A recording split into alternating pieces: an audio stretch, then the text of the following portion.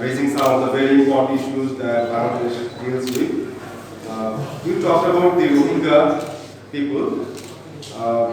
You might have known that during these 7 years, there were 3 efforts for repatriation, and that has not happened.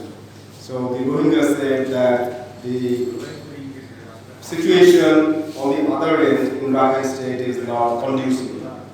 And now the situation is actually much more complicated in Rakhine State, given the fact that the Arakan Army, junta are fighting.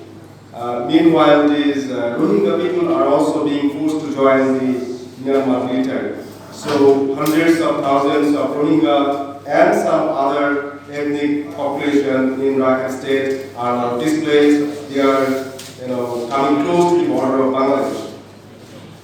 So people in Bangladesh now are a little bit disturbed by the repeated influx and things like that from Myanmar.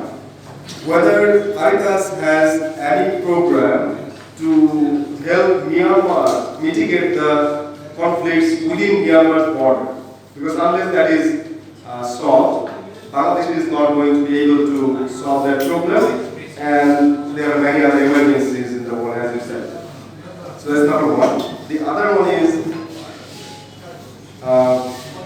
as you said, that Bangladesh is going to be the middle-income country, and it has made a lot of progress, both in economic and social terms, but it also has many other challenges. Inequality is one of them.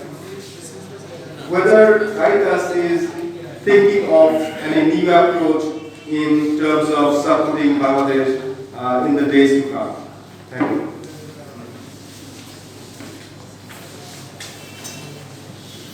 So, thank you for both of the questions.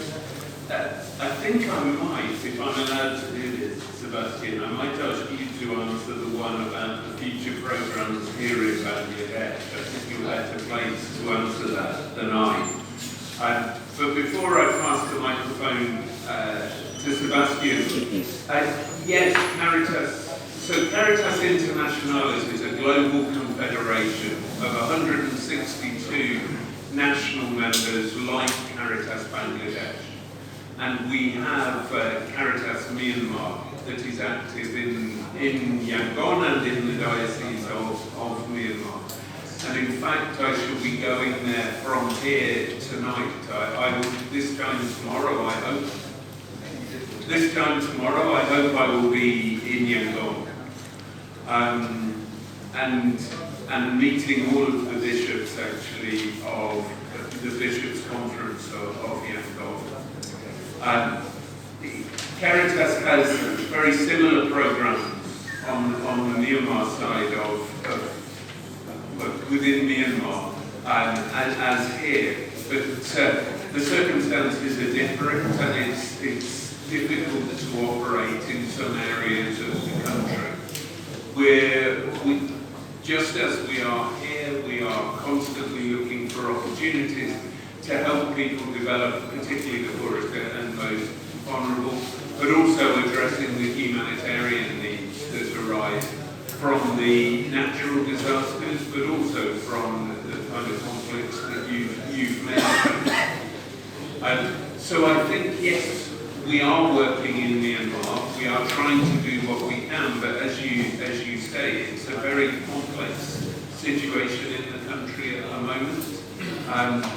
And so we just work with the situation as it permits us at any one time. Before I pass the microphone to Sebastian, as Caritas, and so with a network of partners all around the world, we're constantly trying to secure funding for the long-term development activities here in Bangladesh. And many of our Caritas members support Caritas Bangladesh and fund the programs that they're providing. But Sebastian, would you like to say more